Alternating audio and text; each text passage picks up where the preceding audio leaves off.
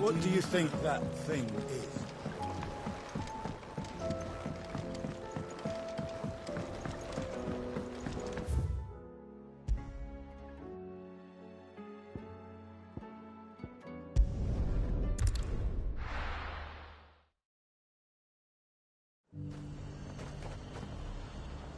The garrison said they take another oath. With me pitch box. To the Vale it is, then.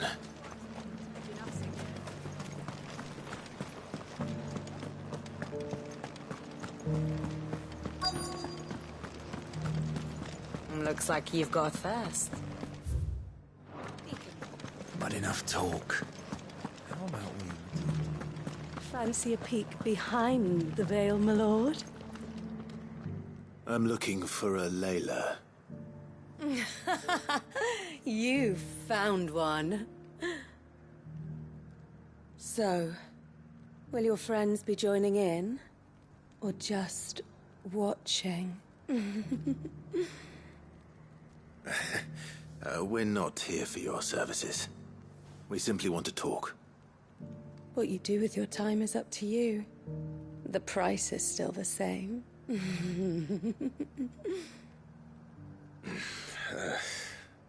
We're here about the letter.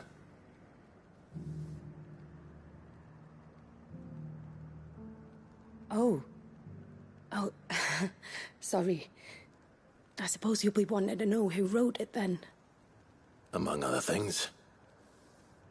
Look, I'm just the messenger here. There's only so much I can tell you. Specifically? A location, north of town, on the shore of Isle of Feist Bay. There you'll find a tent, and the woman who can answer your questions. And that's all? Nothing else? Actually, one thing. There's more than flowers in the meadows these days.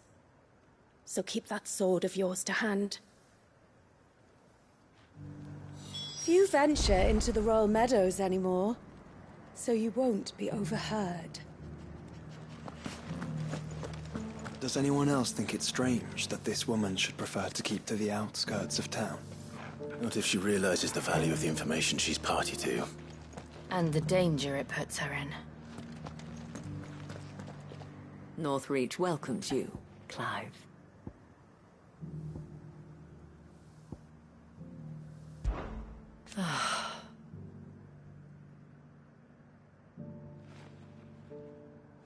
For his part,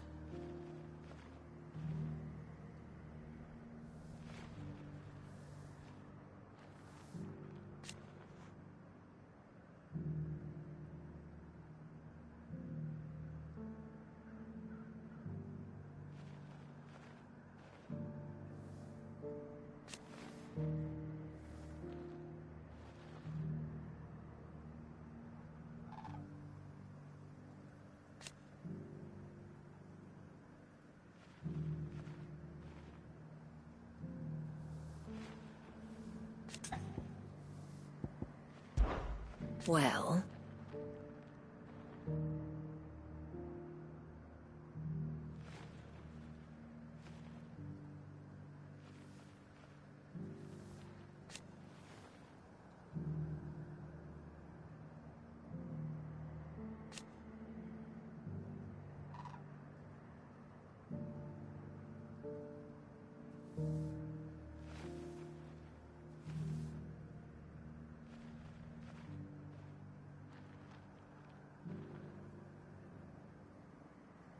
why,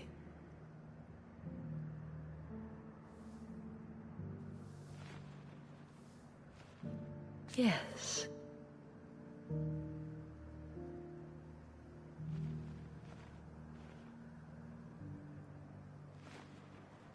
And who knows?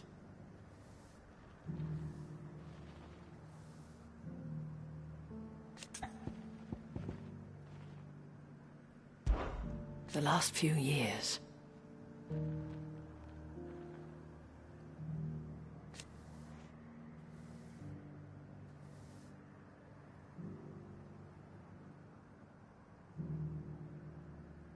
Hope.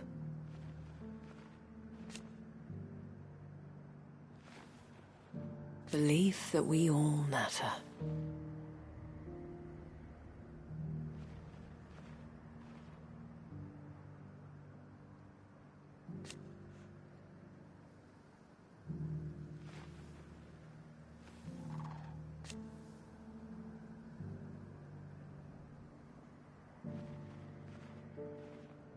And should the skies grow even darker?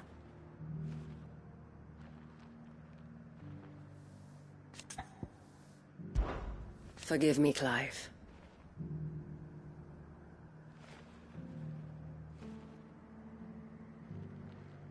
Do as Layla told you.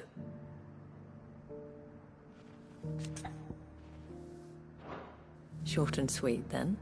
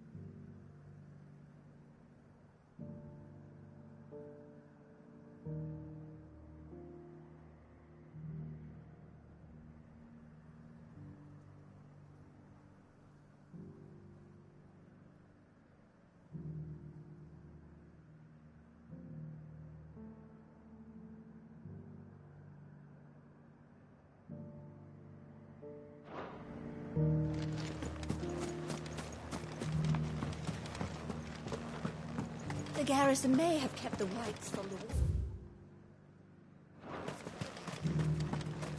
I haven't seen any of those beastly blue-eyed...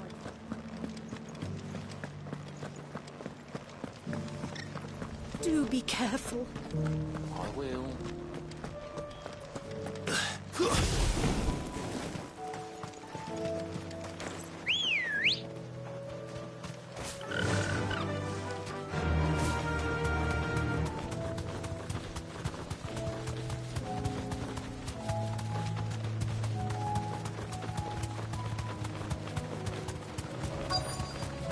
The tent is where Layla said it would be. Yes, but who awaits us inside?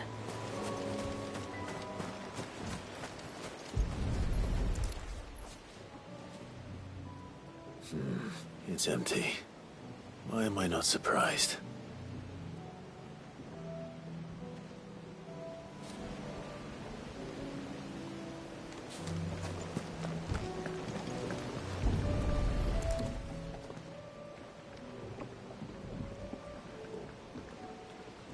A boat. No prizes for guessing who that belongs to.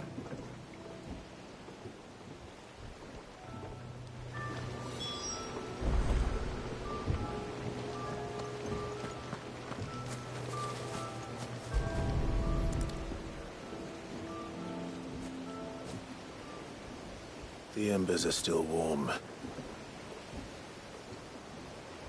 So you're Sid.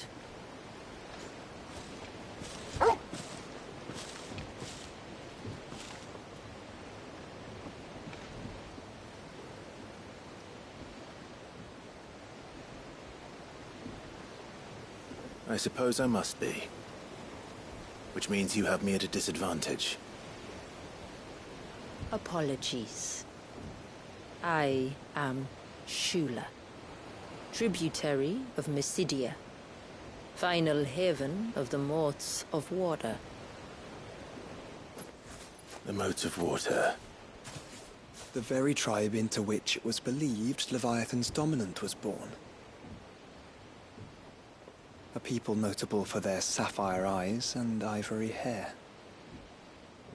Yes, that would be impossible, since the tribe famously... Vanished. Was exterminated. Despite the best efforts of both church and state, we are still very much alive.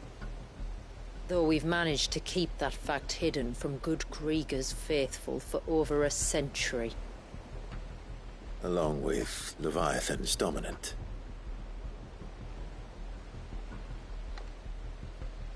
That wave out there. What do you know of it? The Surge. Only that it's been there a long time. Since the fall of Drake's Eye almost a century ago.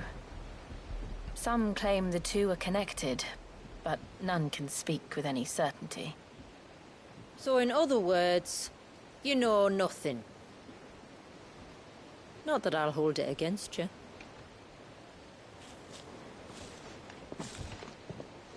The wave was raised by Leviathan in an act of rage. Moments before the waters were stayed, and the icon and its dominant bound within. And you want us to? Rescue him. Yes. You see, a little bird told me about a certain outlaw with a singular knack for putting unruly dominants in their place. And ours is about as unruly as they get. For years, we've searched for someone who could hold their own against an icon. Someone just like you. So what do you say? Will you help us? What exactly did your dominant do to warrant this punishment? What did he do? He committed the greatest crime one of his kind can. He was born.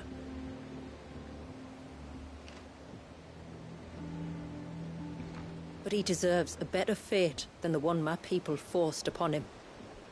He deserves to be free. As do we all. Very well. Far-fetched though your tale may seem, something tells me you speak in earnest. So we will do what we can for your dominant. But first, you will tell us everything you know about him and the means of his imprisonment. I can do better than that. I can show you. Care to take a trip across the bay? My people await you there. Lead the way.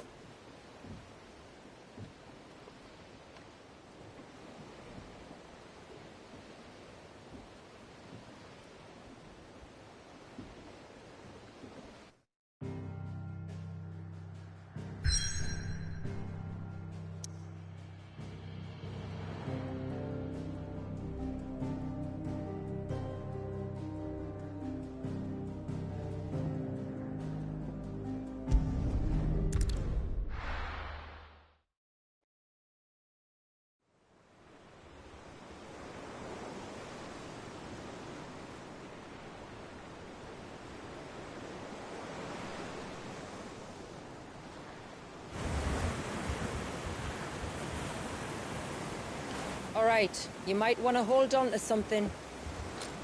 We're coming up on the wall, and passing through can take a bit of getting used to. I don't see any wall. Of course you don't. That's the point. It's a glamour woven by our ancestors to keep our village hidden from prying eyes. But don't take my word for it. Watch.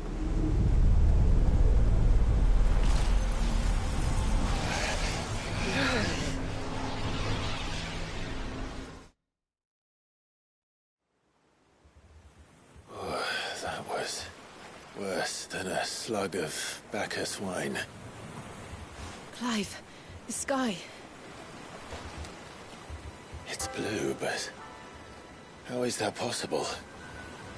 You do know what a glamour is, don't you? Ours just happens to work both ways, and a good thing too. I wouldn't fancy staring at those sickly clouds every day.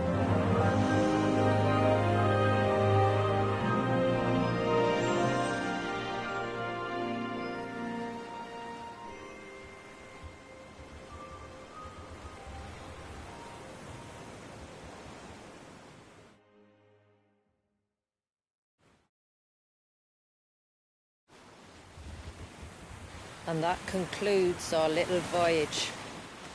We're here.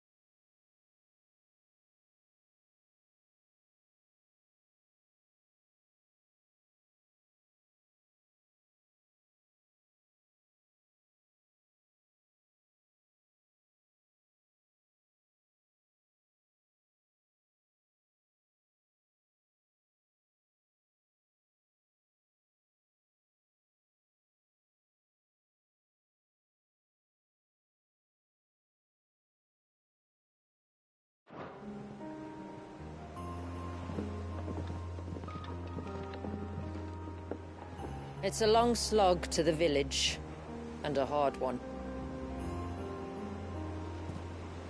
I hope you're up for a climb.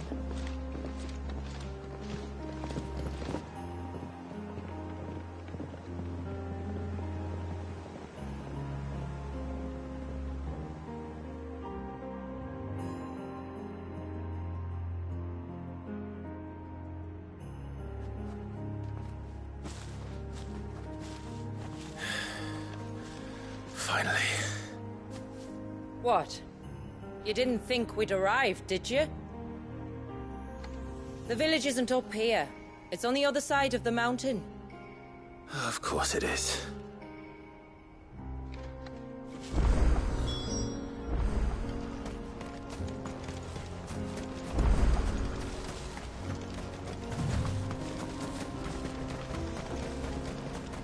Watch yourself, Sid. This path can be treacherous. If not for the sheer drop, then for the beasts who prowl it. Thank you for the warning. And please... call me Clive. Sid is an alias. You will be pleased to learn, Lady Shula, that I have no such aliases. Is that so, Lord Margrace? It's all the same to me.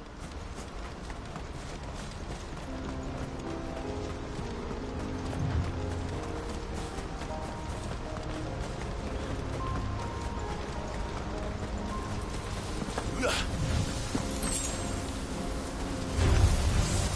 was wondering when they'd pick up our scent. Stand back. We'll handle this. Oh, will you now? Shall I keep my axe and spells to myself then?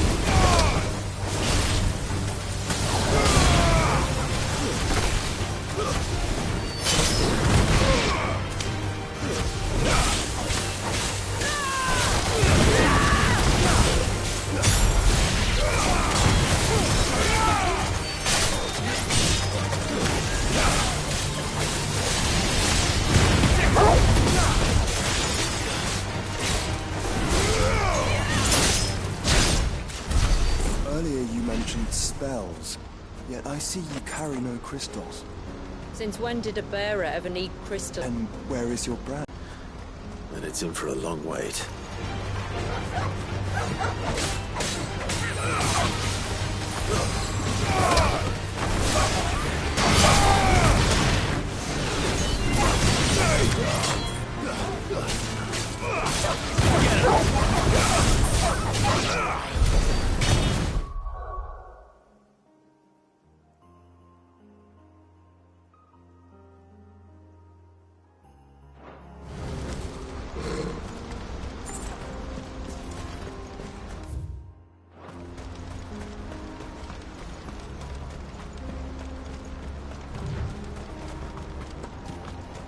We're almost at the summit.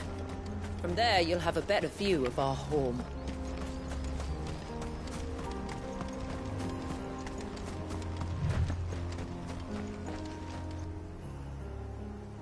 Few have ever set eyes on what I'm about to show you.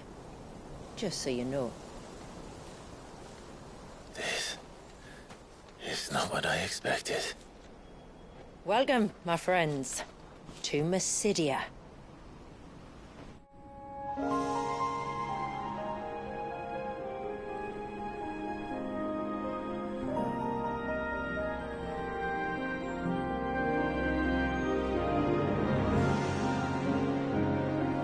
It's been a long time since I saw the North looking so Alive. I'm sure you have plenty of questions, but it's been a long journey, and I expect we could all do with a rest. Our humble village is only a short way from here, if you'd care to accompany me. Let's get ourselves in front of a fire, and I'll tell you everything you need to know.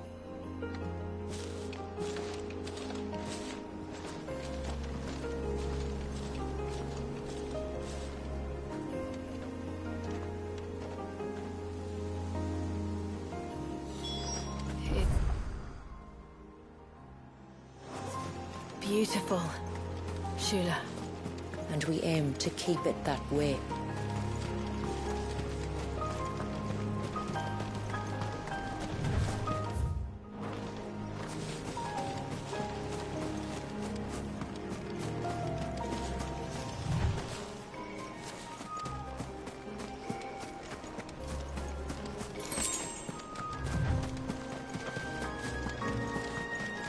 Are those stones glowing?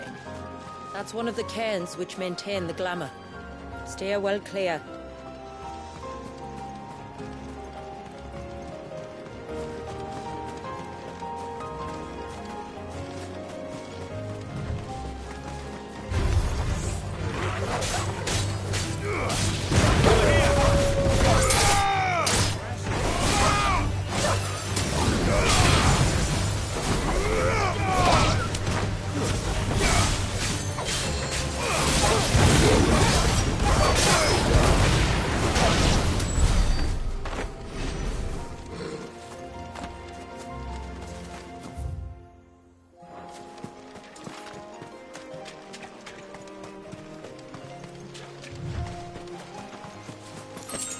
If the surge was an act of rage, One wonders what prompted it.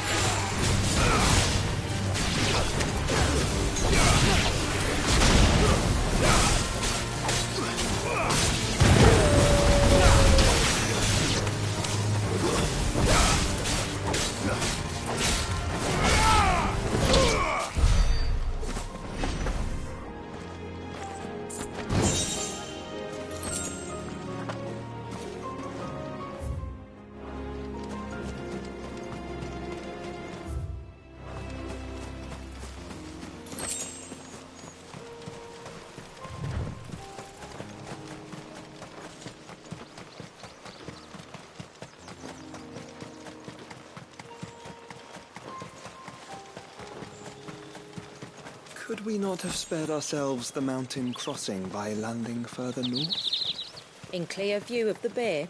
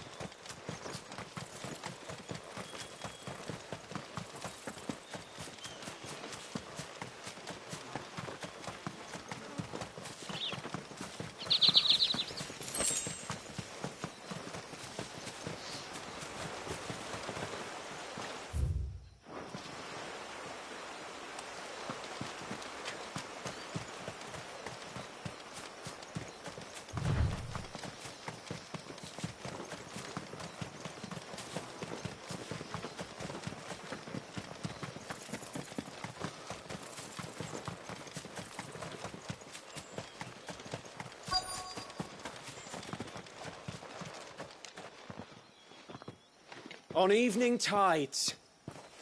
Does morning's light return? Open the gates! The tributary is home!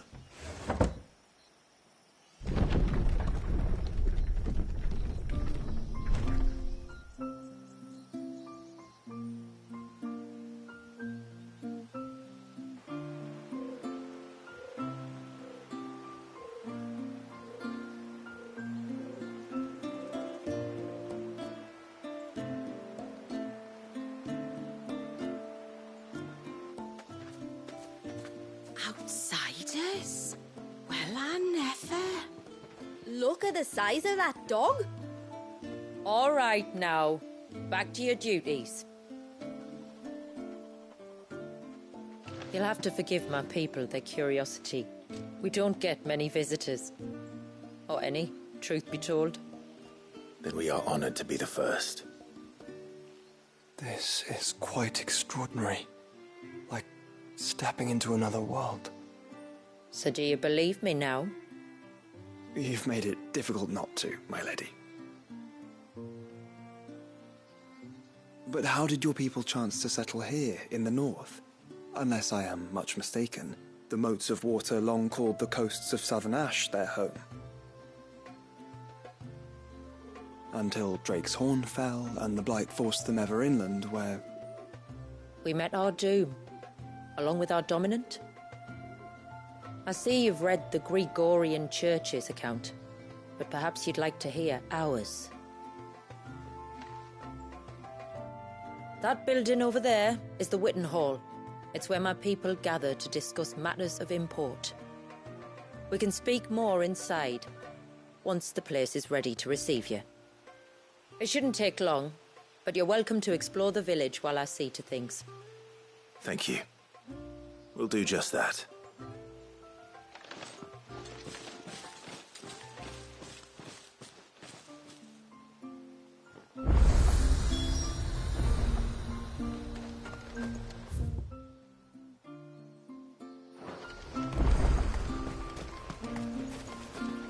That'll be them then. Don't look like much if you ask me.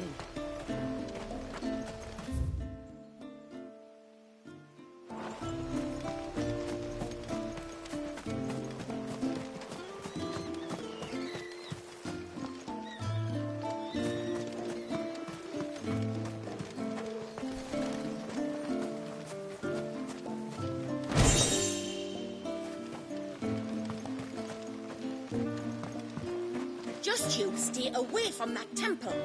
Do you hear me? I heard you the first time.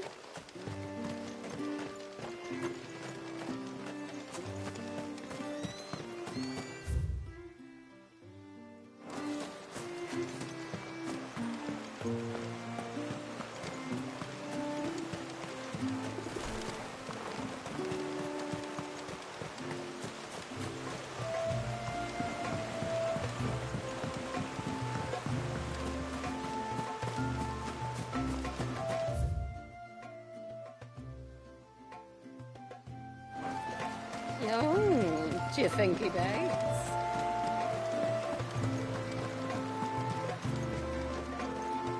Intruders! We must flee! It's all right. They're the tributaries' guests.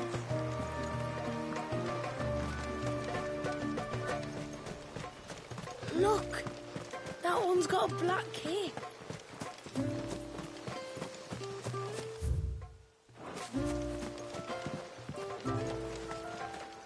Look, Nan, it's the outsiders.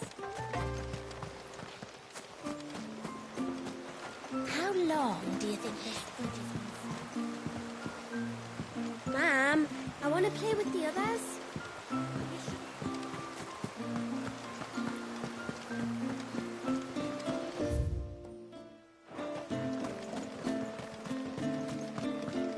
Suddenly, there were curls everywhere. Look. Did you hear that, girl?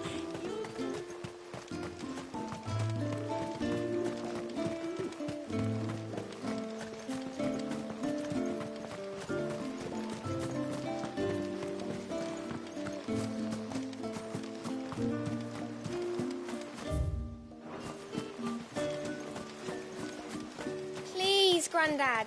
Tell us another story about the witch.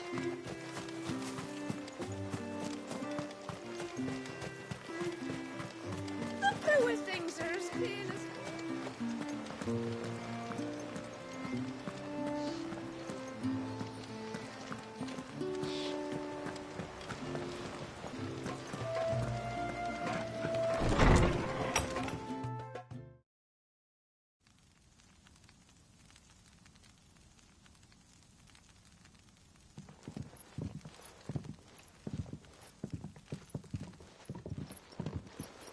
So what do you think of our little haven in the woods? It might not have all the comforts of a southern settlement, but at least it's ours. And there's a lot to be said for that. It can't have been easy keeping this place a secret. Not easy, no. We've dedicated our lives to maintaining the glamour that conceals us. Us, and Walyas. This man, Walyas, is he Leviathan's dominant? That's right. Though he's no man, Walyas is still a baby. A baby? Forgive me, but you said that the Dominant and his icon were bound inside the Surge almost a century ago. That would surely make him older still. It would, if he'd been allowed to age. But the spell robbed the poor bairn of even that. I'm sorry. Walyas was the son of my great-grandfather. Leviathan awoke within him almost immediately. But instead of allowing the lad to live out his life as a valued member of the community, my ancestors sought to put his power to other uses. Sadly for them, the icons sensed their treachery and summoned a wave so large it would have swallowed the entire village if my ancestors hadn't stopped him. Then it is not the surge that binds the child, but time itself. Yes. Forgive me. I'm still not sure I understand. I'm not surprised. It isn't the easiest thing to explain. Which is why it might be better if I took you to see him. Show you exactly what he has to endure. That is why we came. Then let us be off. There's a road that leads north from the village. It'll take us right into the Surge.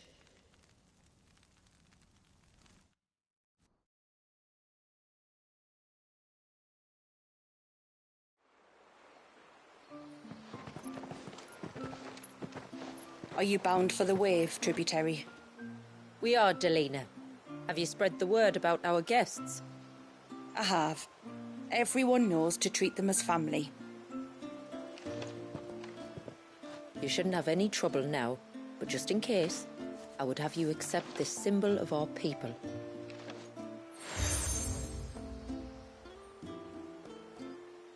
That's very kind. I look forward to meeting the family. The feeling's mutual. Should the tributary be indisposed, feel free to ask me any questions you might have regarding the village, and I'll do my best to answer. Thank you. We will. Then I bid you good tide.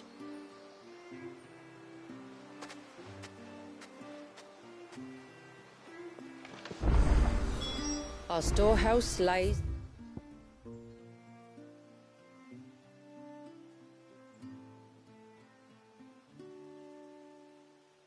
across the bridge. If you're short of supplies, you may find what you need there, though we will have to ask you for recompense, poor as we are. My lord.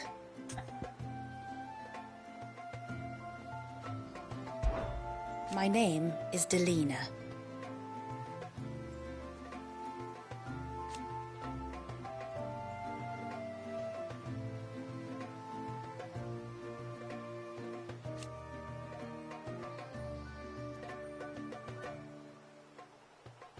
By way of example,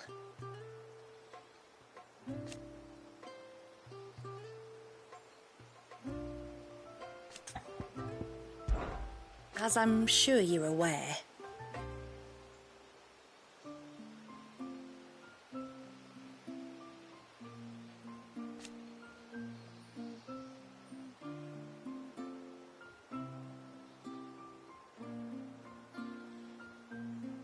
The secret of the spell itself.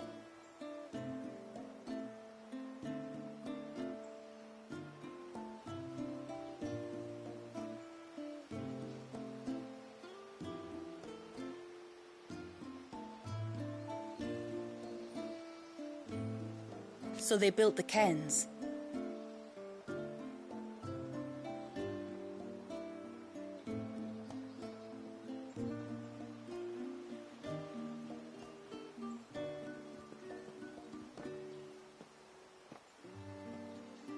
And thus we hid ourselves away.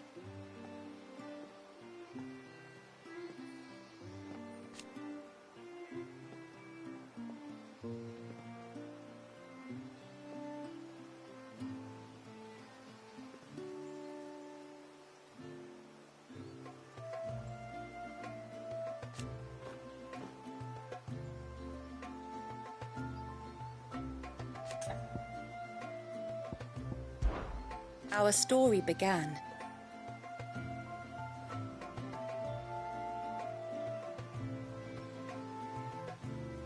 after the fall of Drake's Horn.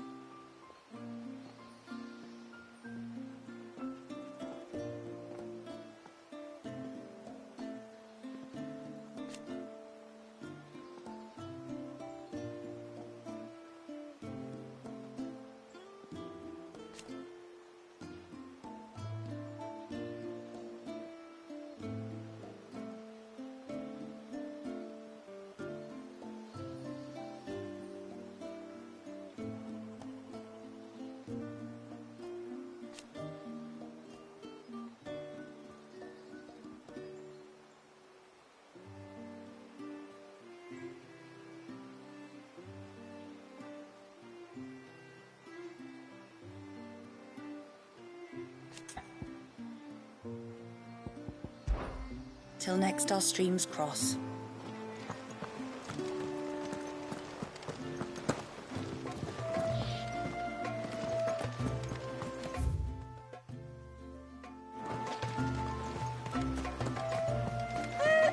Sid? You are Sid, aren't you? The man the tributary told us about? I wonder if you could help me. With what exactly? Oh, nothing too troublesome. Do you know my husband, Pavat? He's the village smith, among other things. Anyway, his name day's not far off, and I wanted to make a gift for him. He's a craftsman, you see, and he's been fretting about running low on the flowers he uses for dye making, so I wondered if you might collect some for me and give them to him. Would this gift not be better coming from you? Perhaps, but it can't, for reasons I can't go into. Please, I know it sounds daft, but I'd be ever so grateful.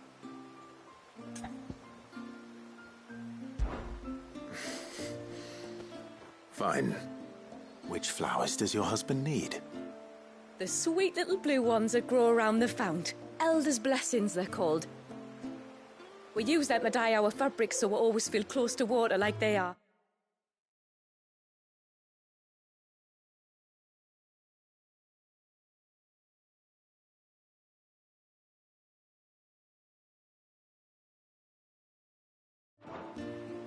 You don't need to go to the trouble of picking them yourself, though. Just speak to the field hands and ask them to share their harvest with you. 2 basketfuls should be enough for my husband to be getting on with. 2 basketfuls it is.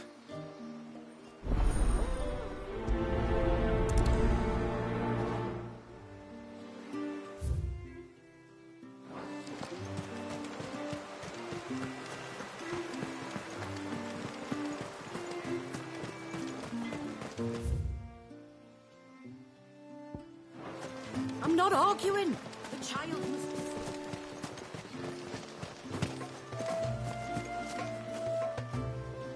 Excuse me. I wonder, might you be able to spare a basket of Elder's blessings? Pavart's wife tasked me with collecting some for her husband, and suggested that I speak to you. Ah. Werda wants you to bless her better half with the fruits of our labour, does she? Go on then. Give the old fool something to squirm about. I'm sorry. Ah, don't worry about it. An old fool Pavart may be, but if you come bearing gifts, he's not fool enough to turn you away. I'm glad to hear it. Thank you.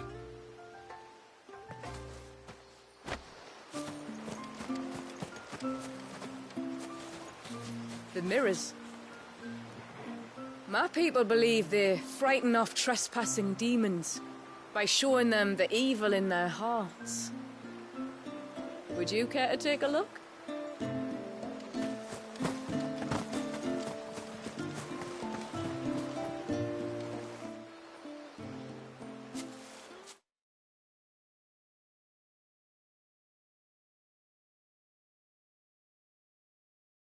Ah, welcome to Haven, friend.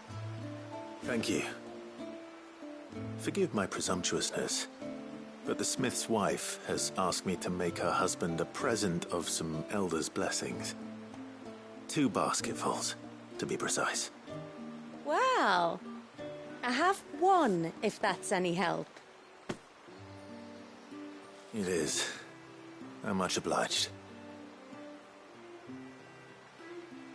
They really are beautiful. Aren't they just? Though that's not the only reason they have a special place in our hearts. Legend has it that when our people fled from Ash, the tributary of the time took some seeds with them. And as they wandered high and low across the Twins, he'd plant them wherever they stopped for water. Every elder since has done the same. So when we finally put down roots here in Mysidia, the flowers did too.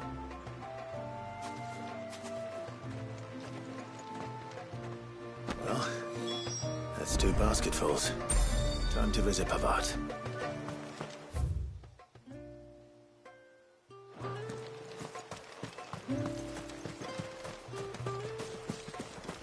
Hear me, mine ancestors.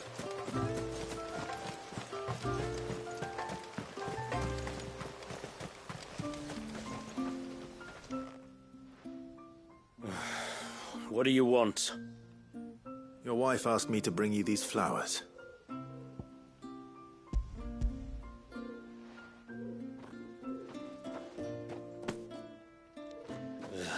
That woman. Come out. I know you're there. Who? Me?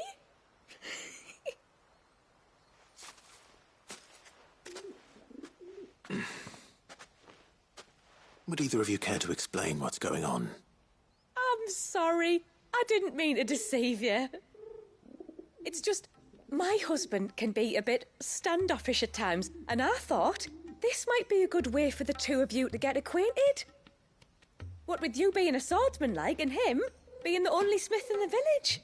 It'd be a shame if you couldn't turn to him for help. The only reason he couldn't turn to me for help is because I had my hands full with all the orders you lot dumped on me. I'm pretty much done with them now, though. But, for the record, the tributary said that we were to lend you outsiders our aid, and that's exactly what I was planning to do. With or without my darling wife's meddling. Still, here we are. Acquainted. So, if there's out you need, just bring us the materials, all right? All right. All right, then. And tar for the flowers. I was running low. You use them for dyeing, I hear. Aye. Crush the petals and it makes a fine and lasting blue. We use it to stain the cloth for our tunics and pennons. To remind us where we come from, like. As modes of water. Children of the Sea. That's right. The pattern too was left by our ancestors. The Ceaseless Rill, it's called. It symbolizes the river of our tribe, with the strength of Leviathan running through it. And no matter how that river has ebbed and flowed, changed its course, the flowers have always been with us, growing on our banks. I should get back to work. If you need something crafting, let me know. I will. It was a pleasure to meet you. Wasn't it just?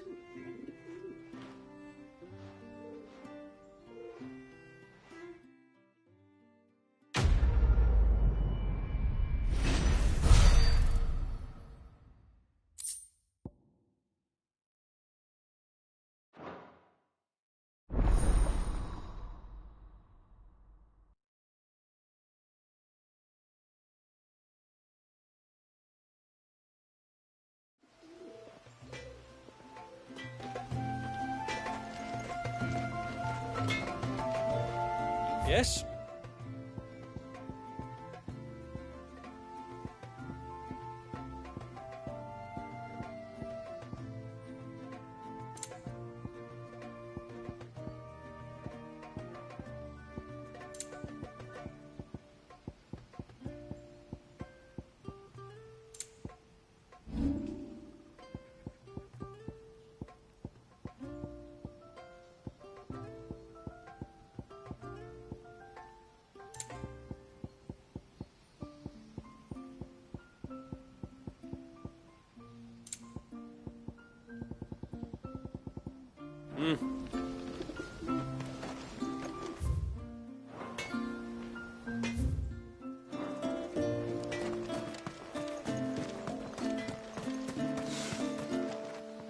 Where in?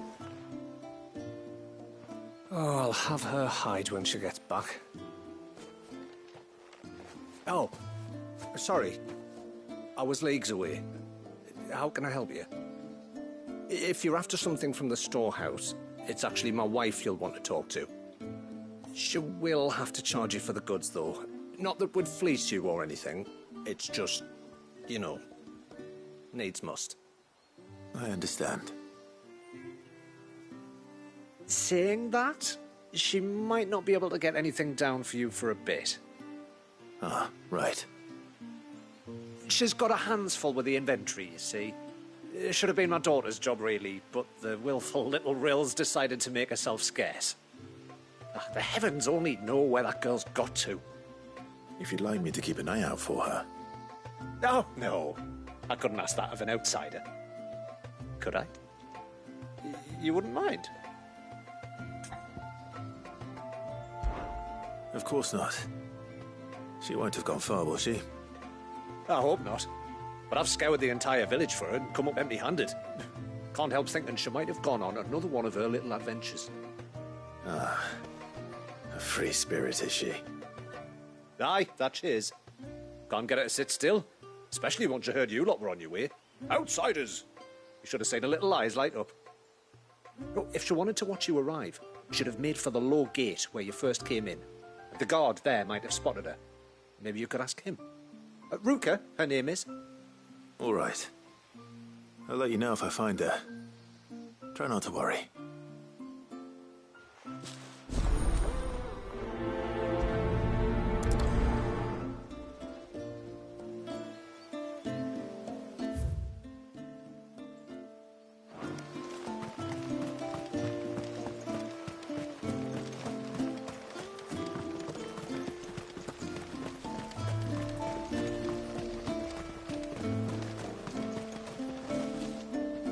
Excuse me.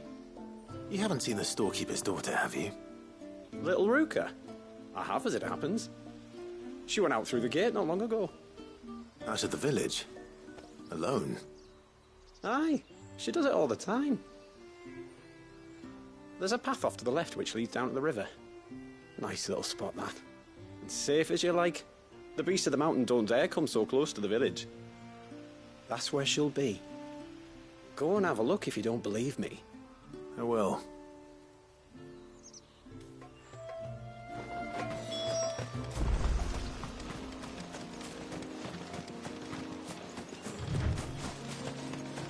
This must be the path.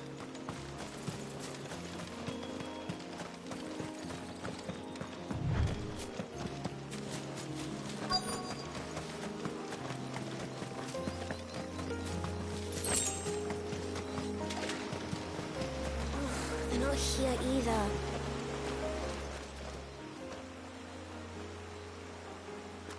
It's you! I've been looking everywhere for you. You must be Rooker. You know my name? Can you lot read minds? Your father asked me to keep an eye out for you. You left without telling him where you were going. He was worried.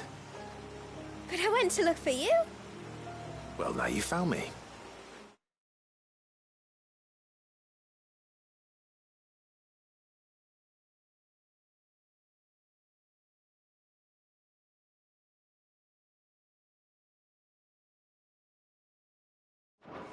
What do you say we head back to the village and let your father know you're safe? All right. And on the way home, you can tell me all about the world beyond the wall. I want to know everything. Everything might be a stretch.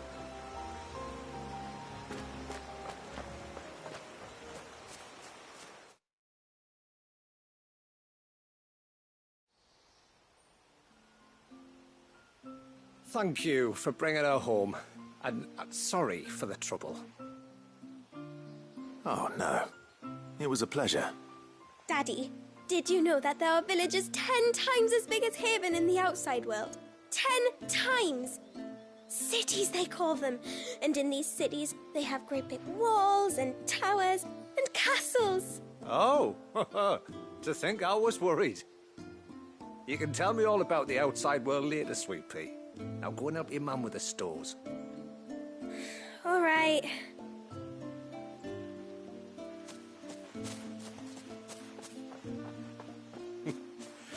Thanks for putting up with her questions.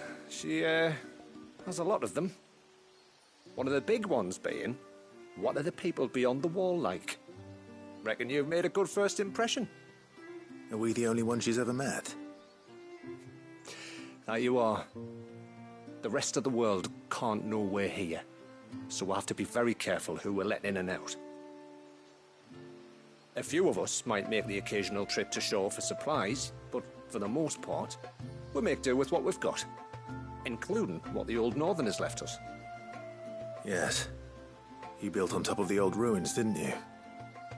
Well, they make for fine foundations. Their masons clearly knew what they were doing. That's one thing we don't have to worry about. Oh, it's everything else that's the problem. Medicines, metals for tool making, anything like that. We have to dress up as travelling merchants and make a trip to the outside and pray to every cloud in the heavens that nobody sees through us. Which explains why you need Gil. Aye. And now Ruka's back, my wife should be free to assist you with any potential purchases. So please, do make good use of our stores, because we fully intend to make good use of your coin. I'll be sure to keep my purse strings loose.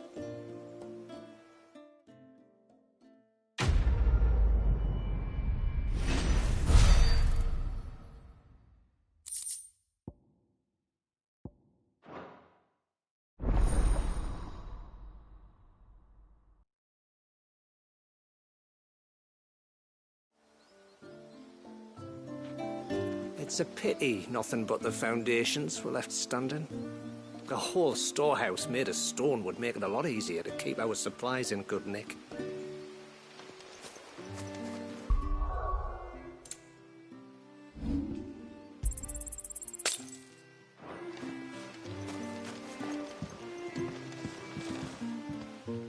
Thanks for bringing me daughter back. I don't grudge her looking for adventure, but she's got to pull her weight like the rest of us.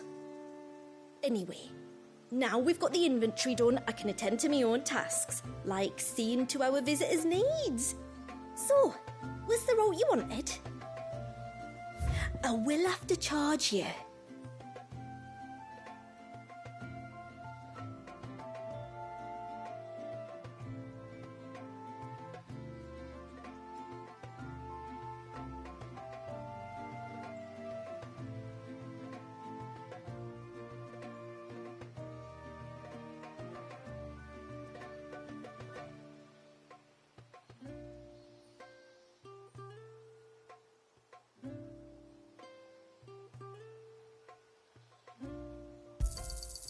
May it serve you well.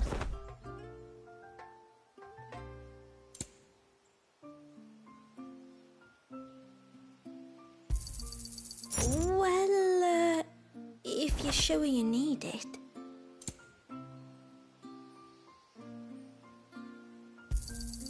Here you are. Well, if you're sure you need it. I'll be here. Will you be back soon? You've still got to tell me everything else about the outside world. What do you think the tributary sees?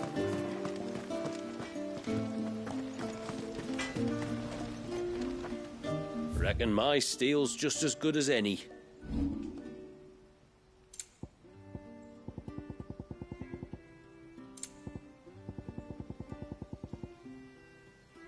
A good tide to you.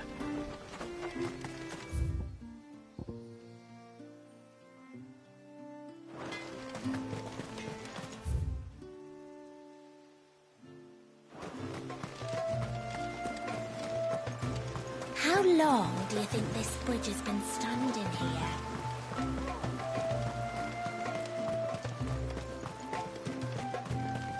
Suddenly, there were curves everywhere.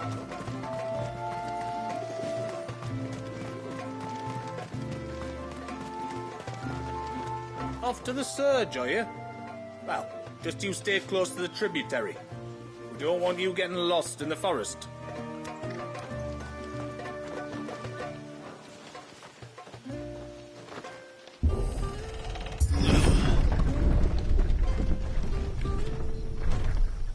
There's a pair of ships just ahead. Ships? But are we not still leagues from the shore?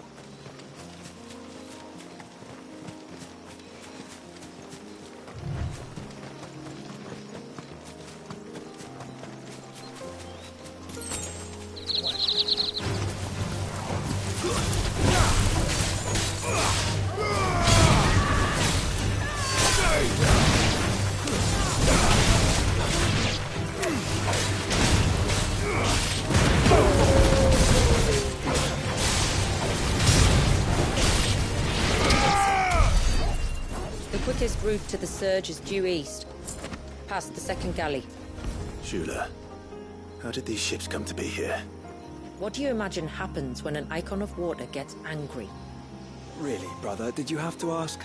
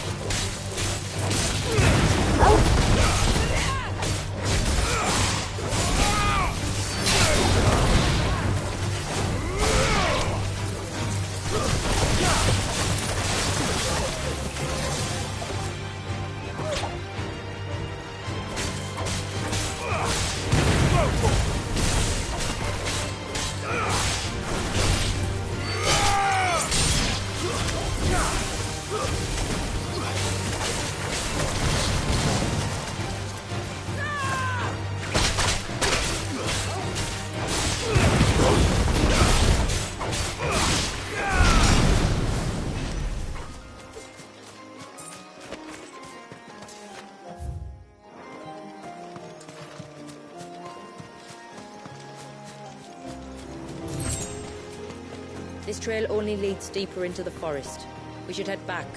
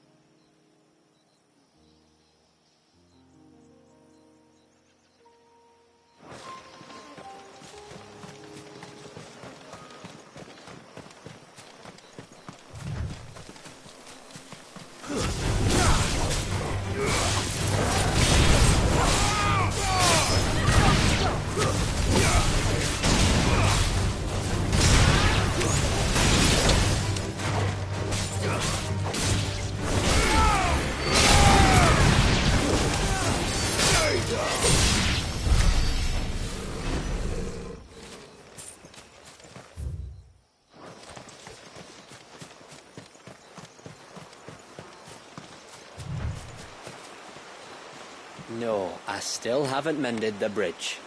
And I never bloody will if people don't leave me to my work.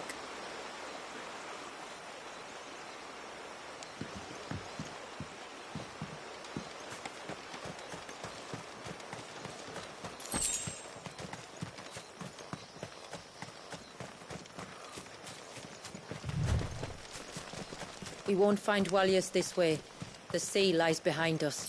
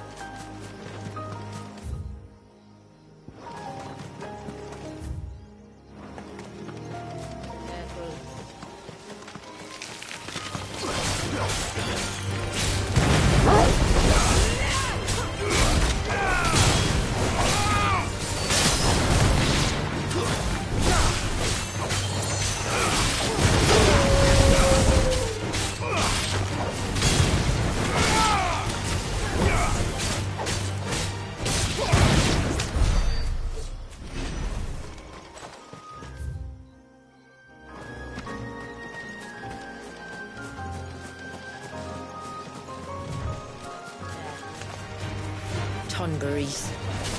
Foul creatures consumed by their hatred for everyone and everything. Everything save sharp knives, it seems.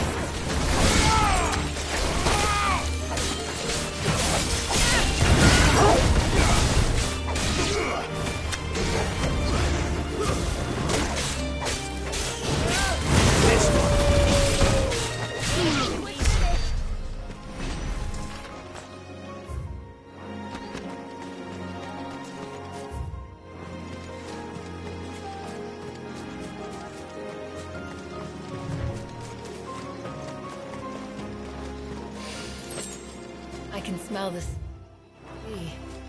It's not far now.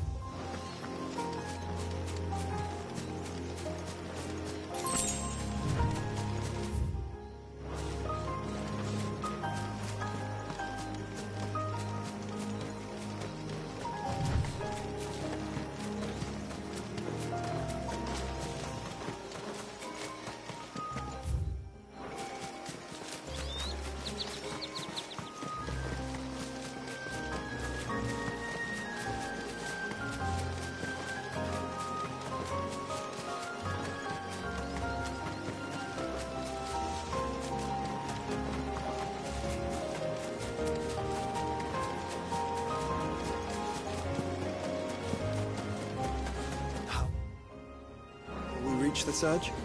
We'll follow the coastline north. There's a bridge that'll take us across to the cape.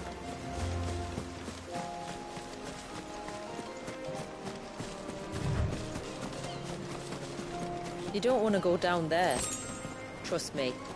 Do I even want to ask why?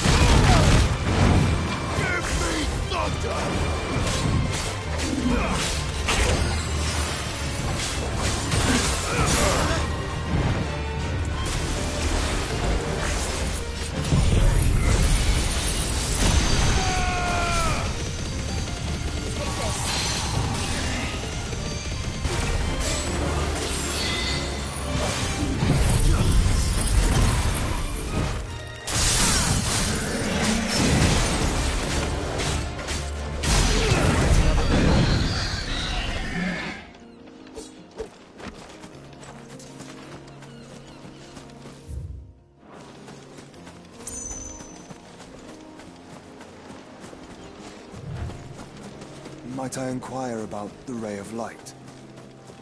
It's what prevents the surge from being reclaimed by the sea. And Dwalius by his people.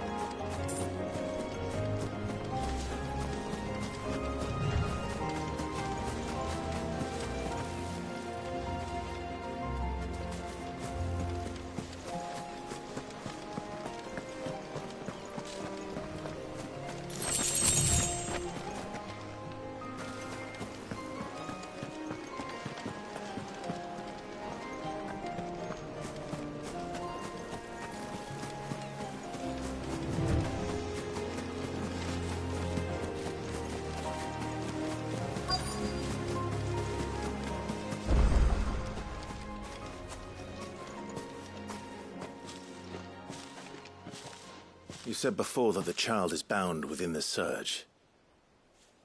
But you've yet to tell us how we're meant to reach him. I trust we won't have to hold our breath. No. The surge wraps around the cape without engulfing it. If we continue to its tip, there is a path down to the seabed. And the wave's origin. All right. It won't be the first dominant we've met at the bottom of the ocean.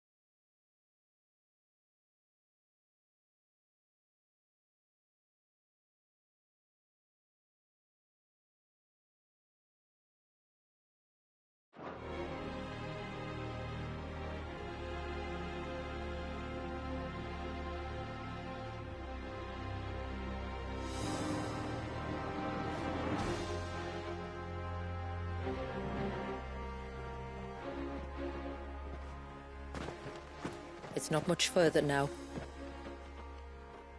The path seems well kept.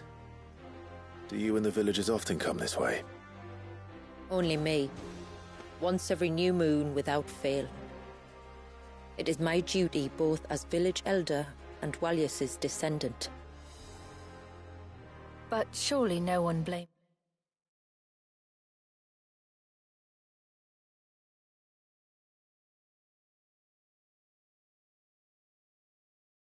you for what happened. Why should you bear the responsibility alone? You misunderstand.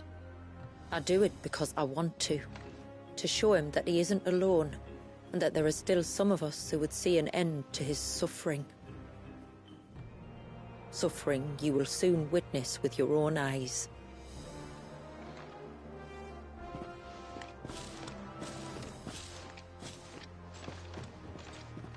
The forest grows quickly here. Left unattended, the path would be reclaimed in a matter of moons.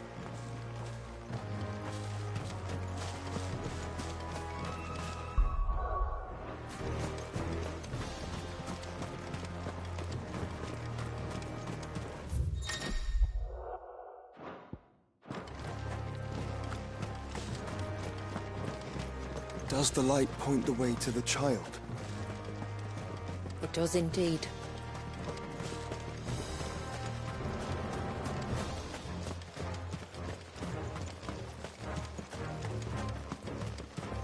Look at all the droplets of water suspended in midair. Where they have remained untouched by time for 80 summers. It's not right. No. It's not.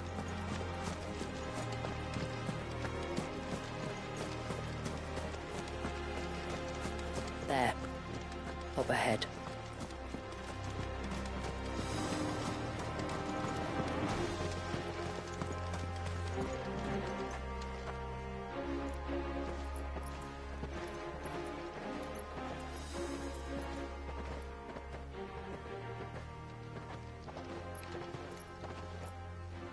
Down in the center. Follow me.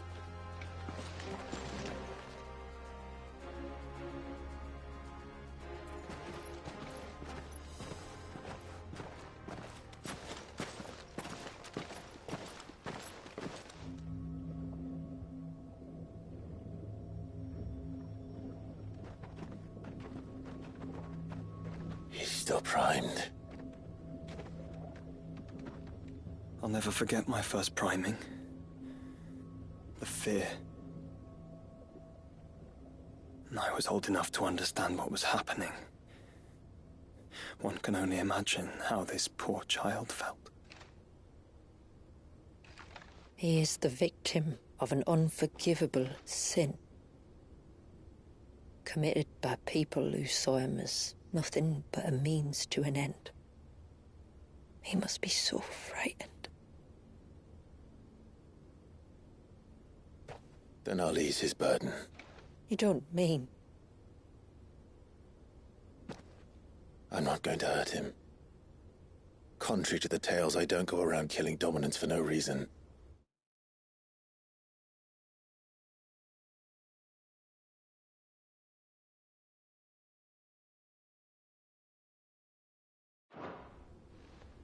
What if I told you there was a way to remove Wallis's icon?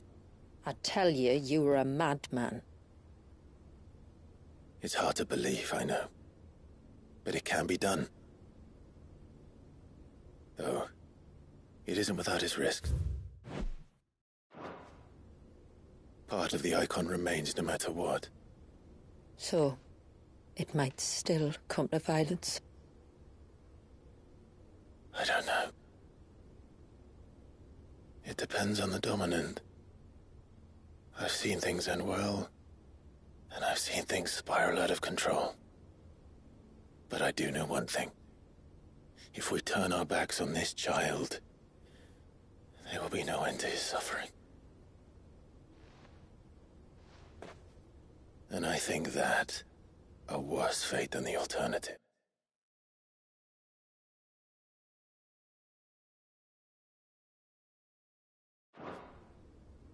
Don't you?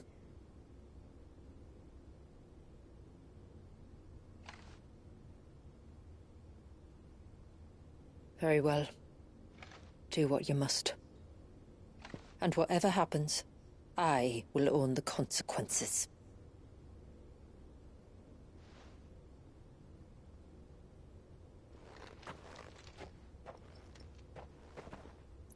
Don't be afraid, little one.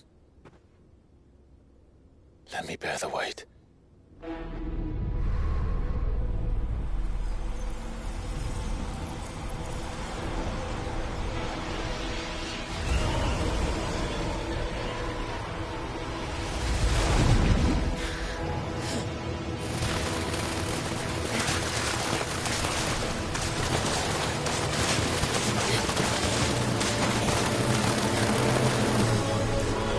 Hush now.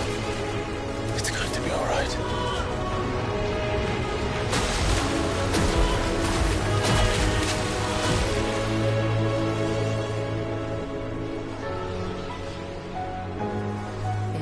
Is it done?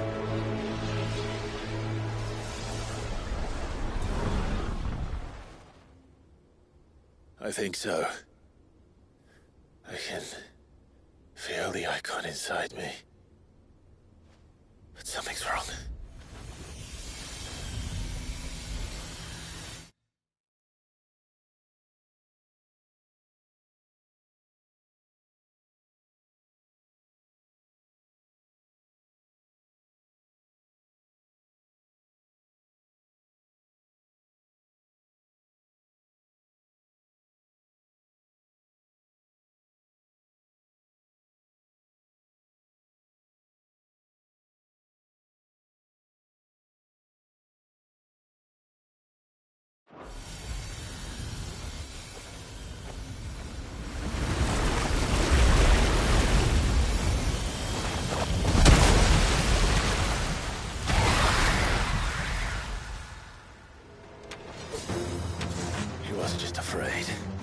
was angry.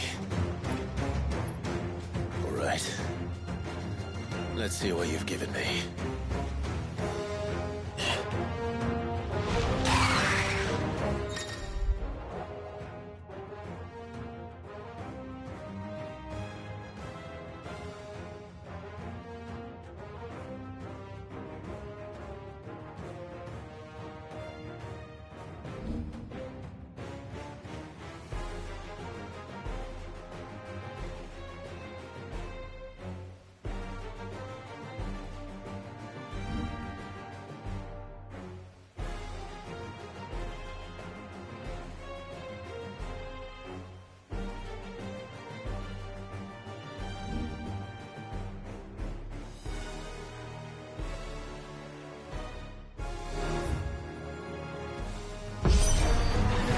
Leviathan!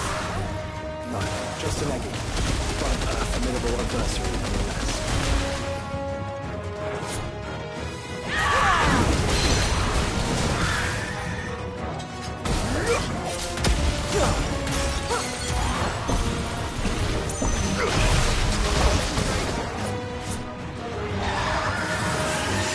Oh, look. It has friends.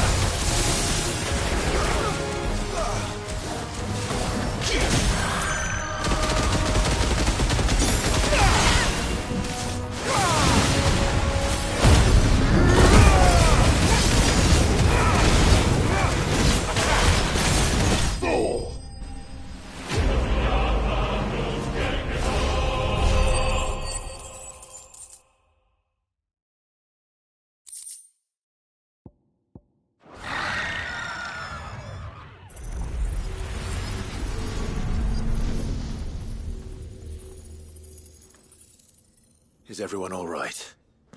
He seems calmer now. You said Walius was frozen in time. But he knew we were here. How? I don't know. He's never reacted to anything or anyone. Until now. The child has been bound for nigh on a century. If he has been conscious from the first, we must remove the seal at once. It's not that simple. I wish it were, but... there's more to this tale. It would be better if I explained back at the village. I see. Then let's return before it gets dark.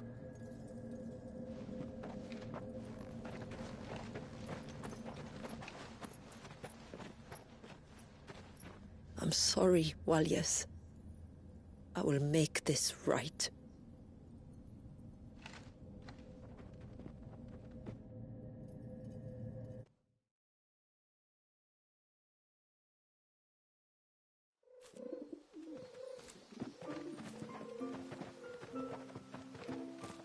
So, part of Leviathan is inside you now, is it? Does it hurt? No. Not anymore, anyway. Good. Because I still have need of your strength.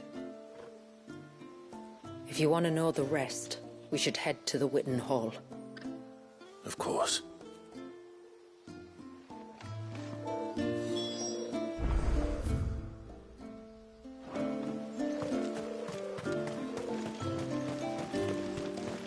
Look! Ah, the trees rock.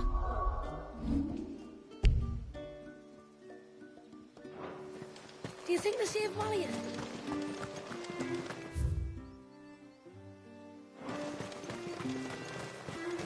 Bastard things.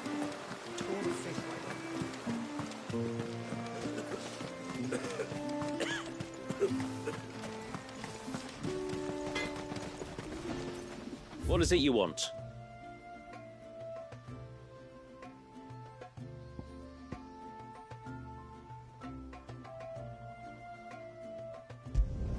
Flawless.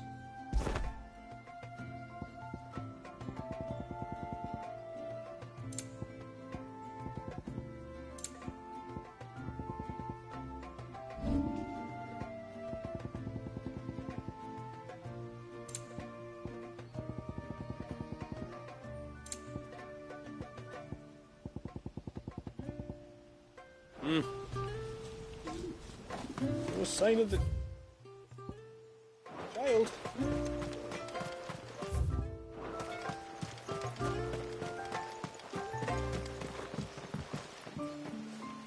I will have to charge you.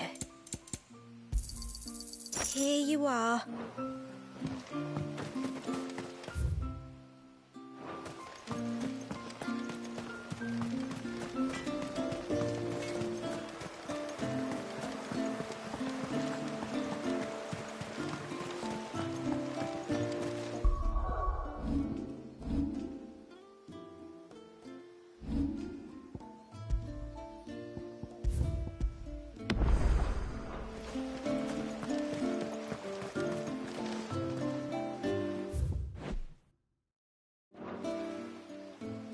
Yes, my lord. I bid you good tide.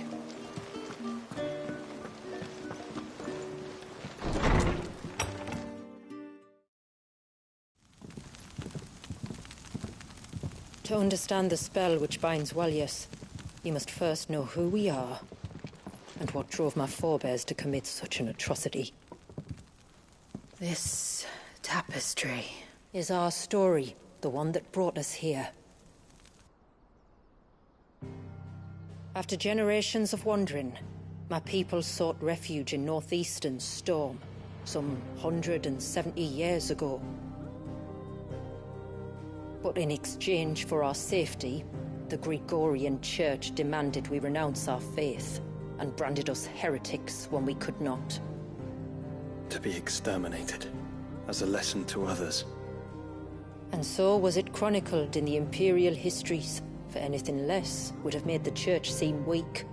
Yet a handful survived. The few who did fled north and west, and in doing so discovered two things that would forever shape our fates.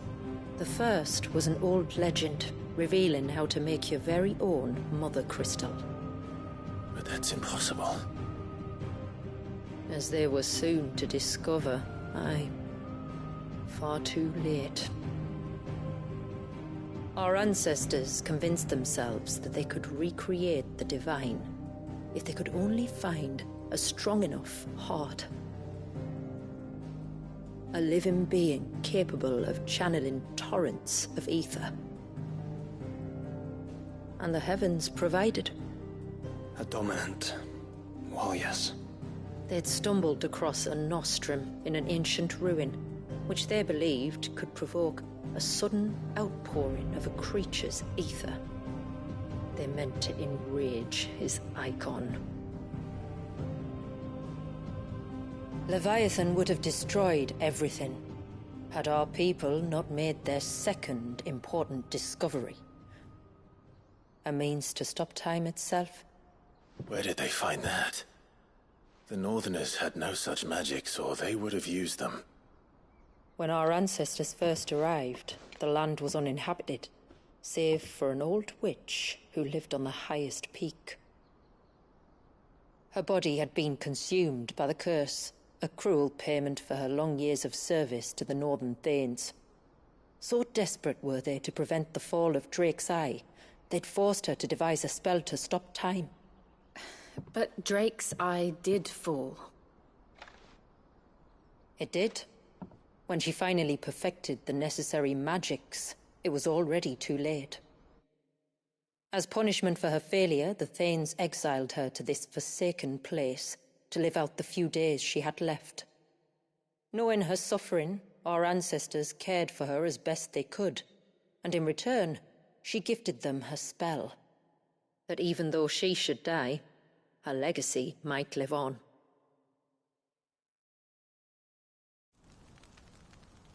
So armed with both the knowledge of the ancients and the secrets of time, our ancestors settled upon an ambitious plan. They would create a new Mother Crystal and enchant it that it might endure for all eternity. Thus would our people's wandering, our suffering, finally end, and prosperity visit us once more. And all it would require was the sacrifice of a single child.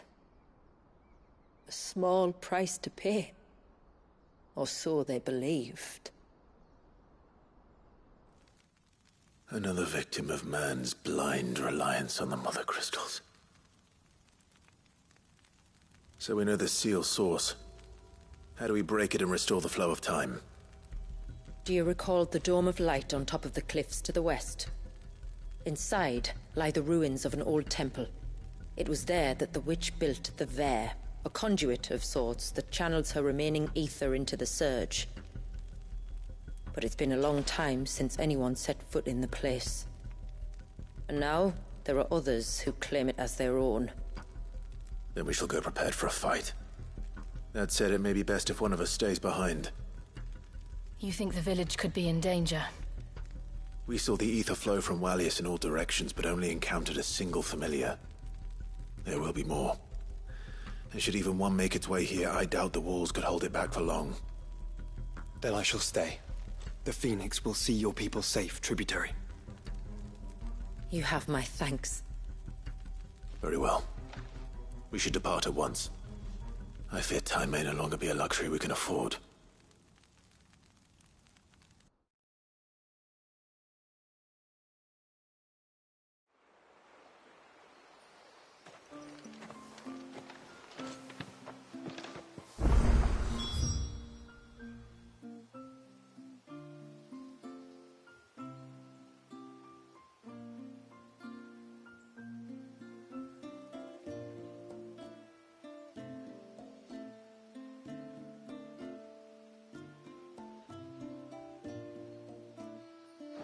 The Vare is not easy to find. We must first head north, and then west, deeper into the forest. My lord, may I speak with you a moment? There is a matter with which I would beg your aid. Of course, what is it? Please, not so loud. Something serious, then? Yes. I think we might have company. I was passing by the low gate when I saw a figure moving among the trees up on the cloak. At first, I thought it must have been you or your brother, so I didn't say anything, but the more I think about it, the more certain I am that the figure looked familiar. Then you're sure it wasn't one of the other villagers? Positive. I think it was someone from outside the wall who has found his way inside. Of course, it could just be my imagination playing tricks on me. I only caught a fleeting glimpse, and it might have been you or your brother. But if it is who I think it is, we cannot allow him to leave now that he knows we're here. Would you go and see? He won't try to hurt you, believe me. Given what lurks in the forest, the only one likely to get hurt is him. Very well. Whether the man you saw is who you believe him to be or not, we need to know. It may yet be someone else entirely. Someone who means your people, or my people, harm. Perhaps. Just promise me that if you do find someone up there... Don't worry. I won't draw my sword unless I need to. Thank you. Ymilla, this man you saw, might he be the customer you told me of? I fear so. The customer? I'll explain later. Come on.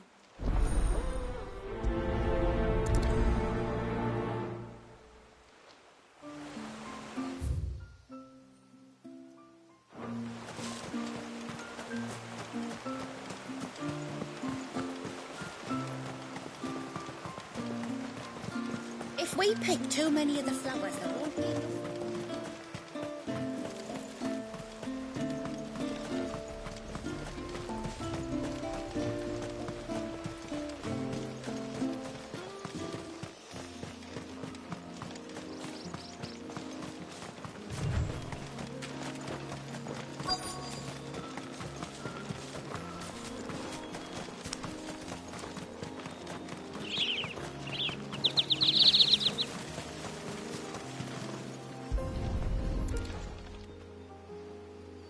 Bottle.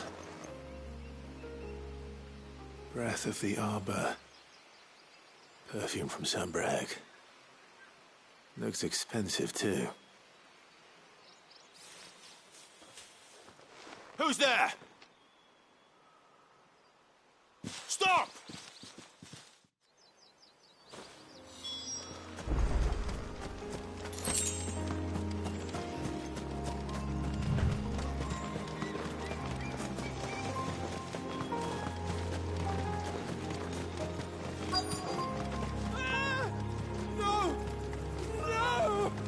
Hang on!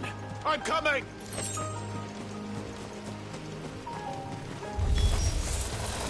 Don't eat me! I'll give you gut rot, I swear!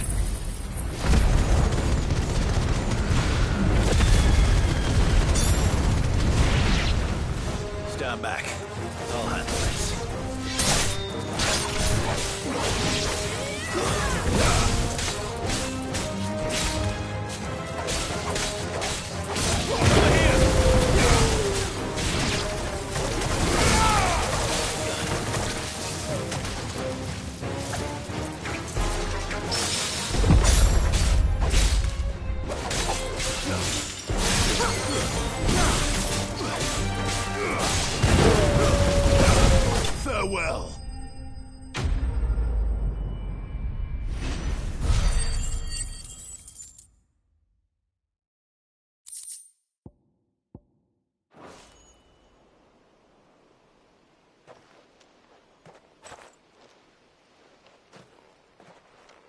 Are you all right? I'm more than all right. I'm saved! Oh, I could kiss you! Maybe you should introduce yourself first. Hervey! I knew it was you. What are you doing here? I came to see you. Oh, my little canary, it's been so long. Thank you for saving him and sparing him. Who is he? Hervey, one of many clients from my employment beyond the wall. One of many clients? We spoke every night of our plans together. Whispered songs of love into each other's ears. And then you upped and vanished without so much as a word. I left you a note, didn't I? I told you I was sorry, but that we could never be together. That I could never abandon my family. And I told you not to look for me.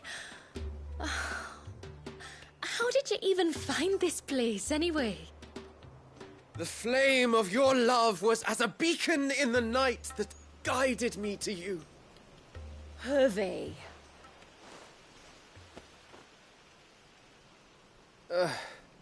I was walking by the coast near Northreach when I saw a lady who looked like you. Eyes like the ocean. Hair like the driven snow. The next moment, she and her companions were jumping in a skiff and sailing out towards the wave. So I, borrowed the nearest boat and started rowing. It must have been Shula bringing us here. So what? You rowed, found a nose how many leagues across the bay, simply because you saw a woman with white hair. And as I did, the skies changed from a dull and hopeless grey to a bright and benevolent blue. That was when I knew for certain that my little canary was close. Oh, why did you come? You should have forgotten me, as I tried to forget you. I cannot leave my people, Hervey. And now that you know about this place, neither can you. We must return to Haven and accept my family's judgment. I'm to meet your family. Oh, my little canary.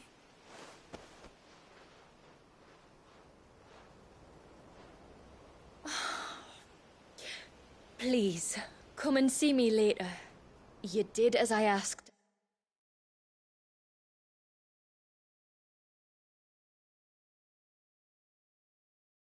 And you must be rewarded for it. But first, follow me, Hervey. Ah, to the end of the world and beyond.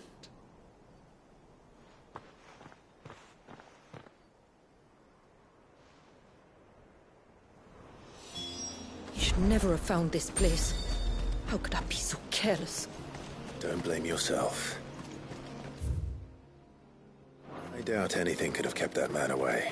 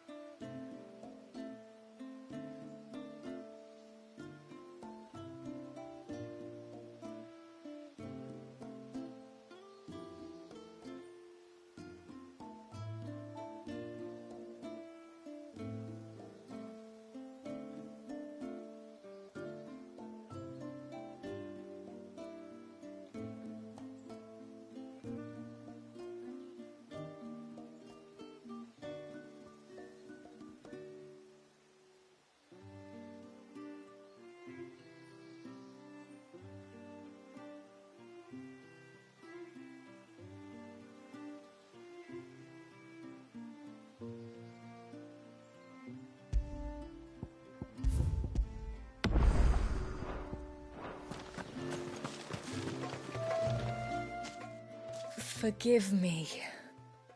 There's nothing to forgive. You two met at the Vale, I take it. When I worked there, yes. To earn the coin that my people need to survive. Though Mysidia is our sanctuary, there are certain necessities that it cannot provide. And for that reason, some of us seek employment beyond the wall.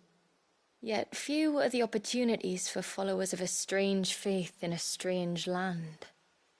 And so you supported your family as best you could? I did. And I have never regretted it for a moment. I found a second family in the Vale, and in the Dame, a second mother. I also found Hervey. But our love could never be. I knew that if I revealed my secret to him, I would be putting my people in danger. But that if I did not, I would be living a lie, unable to return home.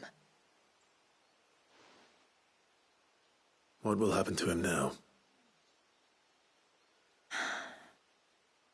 Since our people settled in Mysidia, uninvited visitors have been few and far between, but not unknown. Explorers, survivors of shipwrecks, none lasted long. I see. That was before my time, you understand. I've never had to make a decision like this before. Ymila, know that I do not blame you for any of this. It was me who decided to make the trip to shore. Me who exposed our secret. This was my mistake, and I shall bear the responsibility. Thank you, tributary. I only beg you to remember that Hervey means us no ill will. He's just a fool. A fool who loves me. I will take that into consideration. But yours is not the only voice I must listen to. The whole family must be consulted, and it may take time for me to arrive at my decision. I hope you understand. Of course, tributary. However long it takes. Come what may, I thank you, my lord, for bringing us back together.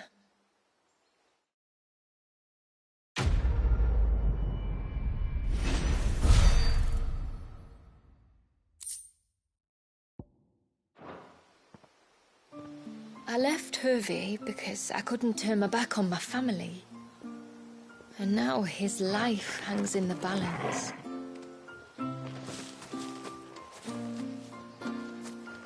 I don't care what happens to me. Now I've found my little canary, I'm not going anywhere.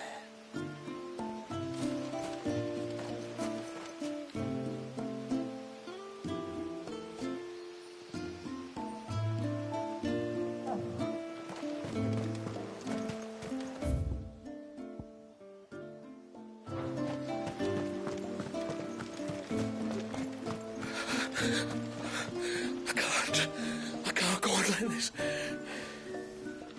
Just try to breathe. That's it. Is everything all right?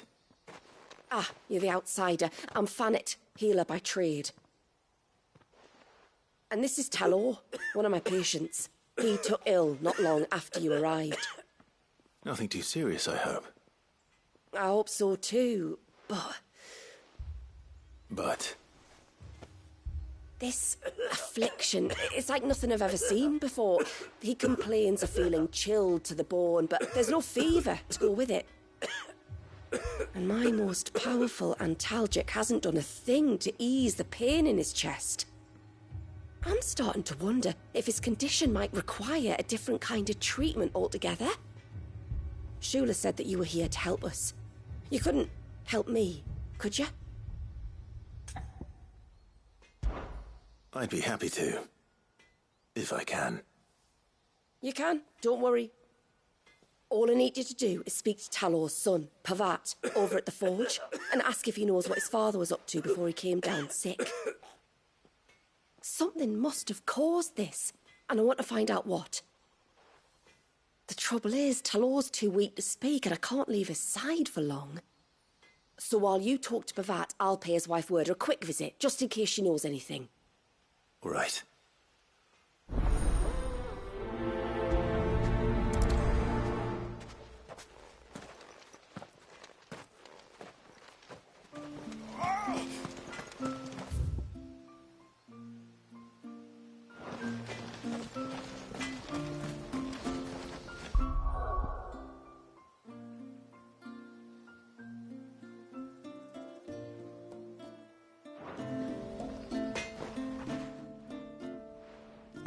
Oh, do you need something? I do, though not from the forge. Fanit asked me to speak with you. She's looking into the cause of your father's illness and wondered if you could shed any light on the matter. I see. Sorry. She shouldn't have dragged you into this. It's no trouble, really. Tell me, did your father do anything out of the ordinary before he fell ill? Not that I know of. But then I hardly see him. He's always out and about, like. Well, at least he was. Suppose he might have been a bit more...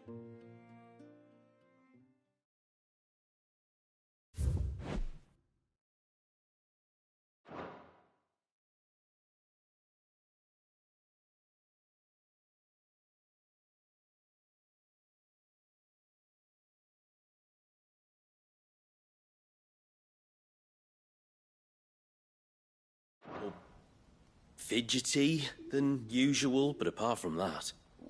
When you say out and about, where does he usually go? Just round the village. Wanders over to Blazier's place most days. He's a fisher who lives on the other side of the fount. They're old friends. Maybe he knows something I don't. Maybe. I'll go and speak with him. No sign of the child.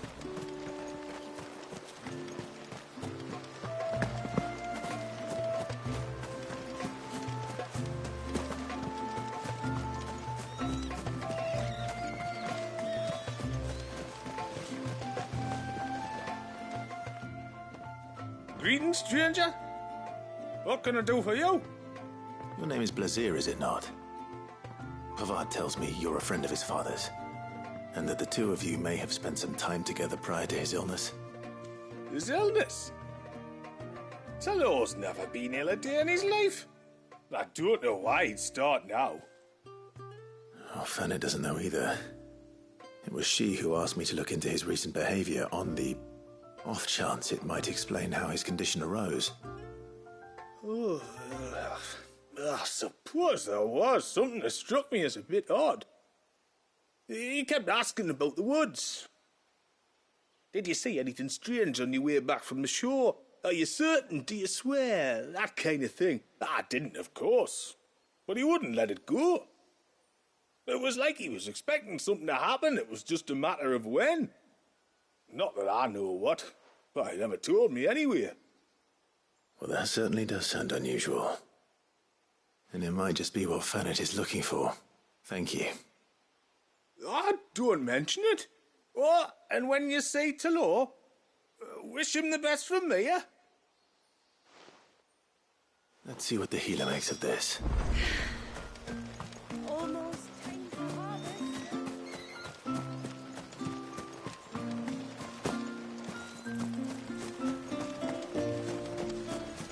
O ceaseless rill, guide thy bounty.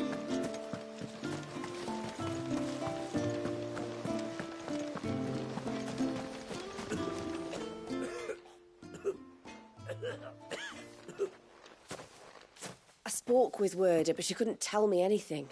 Did you have any better luck? Nothing conclusive. But there was one thing. Blazier, the fisherman, told me that Talor had taken a sudden interest in the forest of late. He kept asking him if he'd seen anything unusual there on his way back from the coast, but never let on what exactly he was expecting him to have seen. The forest between here and the coast. Surely not. But then... I can't say for sure. But I think Talor's illness might have some connection to the Tomberries. You may have encountered them during your time here. The small, scaly beastmen. And you think they may have caused Talor's illness? I do. At least in a way. And if I'm right, it's no wonder the treatments I've been trying didn't work. Oh, I know it's a lot to ask, but would you go down into Father's Fell for me? There's an altar there. And if my fears are true, an offering upon it. What is going on here? Please. I'll explain everything when you return, but time flows fast. I beg you, make haste for Father's Fell and take the offering from the altar. Talor's life may depend on it. Very well.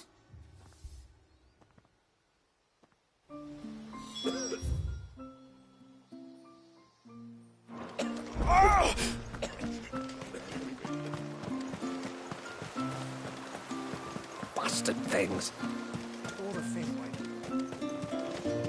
oh, I never should have let him go alone. Hail, stranger. I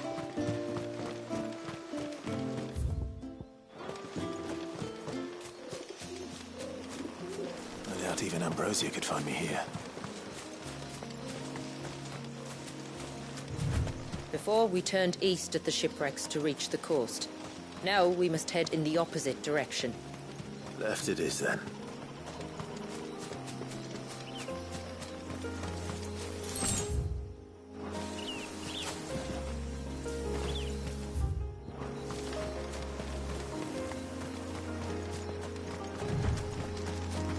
If there's one thing I know about beastmen, is that they love to hide in the dark.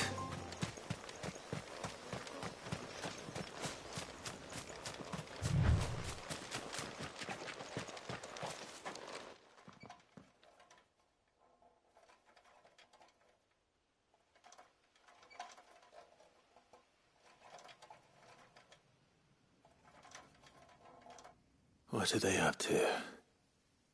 Some sort of ritual.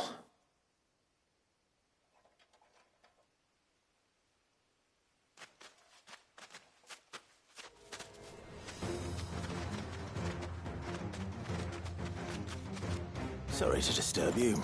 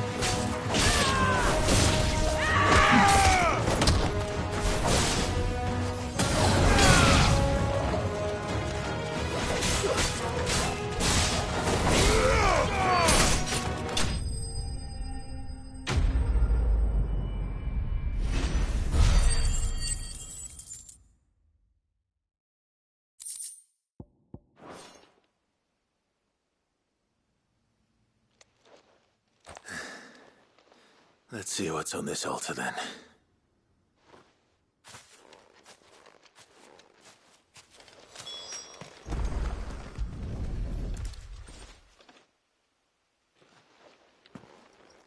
A silver chain. I doubt the Tomberries made it. This must be what Fannet was talking about.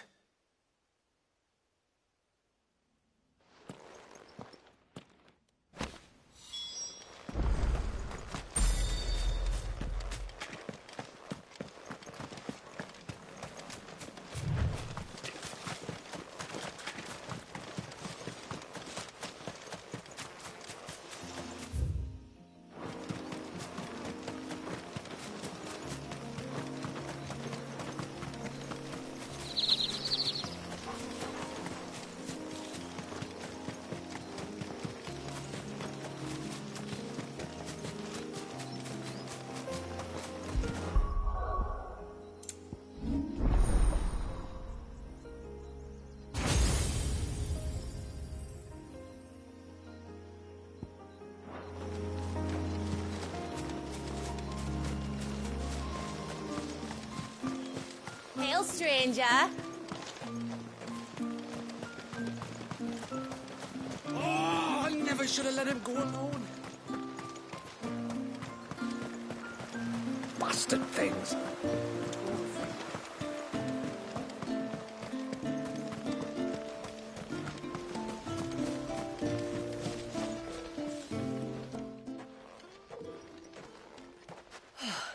You're back. Well, did you find anything? I did. This silver chain.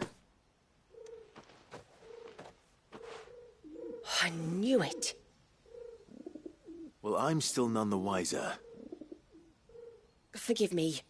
This chain. It's a Gregorian Maternoster. Worn by men of the faith. What's it doing here? And why would the Tomberries be praying to it? To understand that, you need to understand what the Tomberries are. They feed on hatred and suffering. And some say that if you render them an offering, some token of grievance against your fellow man, they will put a curse upon him. So you think someone's put a Tomberry curse on Talor? I can't say for sure. Truth be told, I always assumed it was an old wives' tale. But given his fear of the forest and the presence of the chain on the altar, I don't know what else to think. Does Talor have any enemies in the village? Anyone who would nurse such a grudge? No, I believe the one who left the chain at the altar was Talor himself. I beg your pardon? But there's more to the tale, you see. It's said that if you attempt to curse a soul that has returned to the sea already, your ire has nowhere to go but back to its source. You're saying he cursed himself? In trying to curse another, aye. When my father was younger, he was one of the few permitted to venture beyond the wall on trading expeditions. He told us that when he journeyed to Sanbreque, he'd wear that chain to disguise his true beliefs, lest Griega's faithful turn their cudgels on him. Did they ever catch him in his deception? Might that explain the ill will he bears someone? Not that he ever told me. Come now, let's not waste time speculating about Talor's past.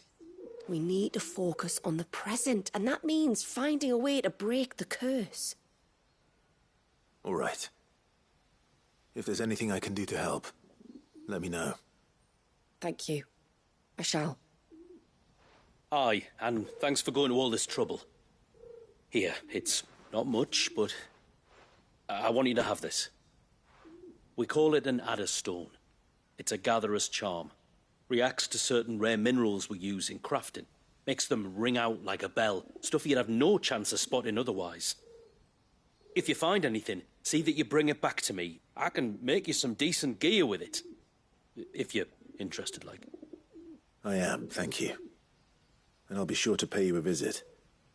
Until then, I wish your father a swift recovery.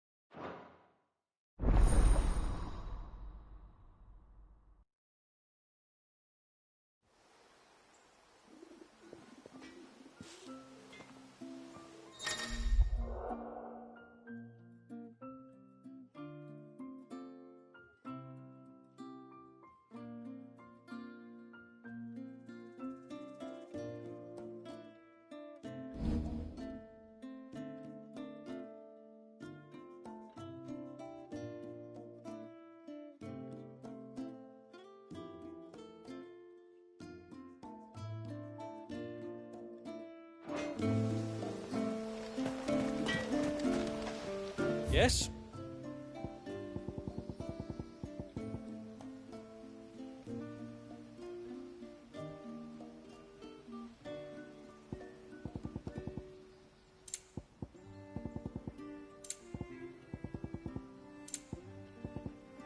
No sign of the...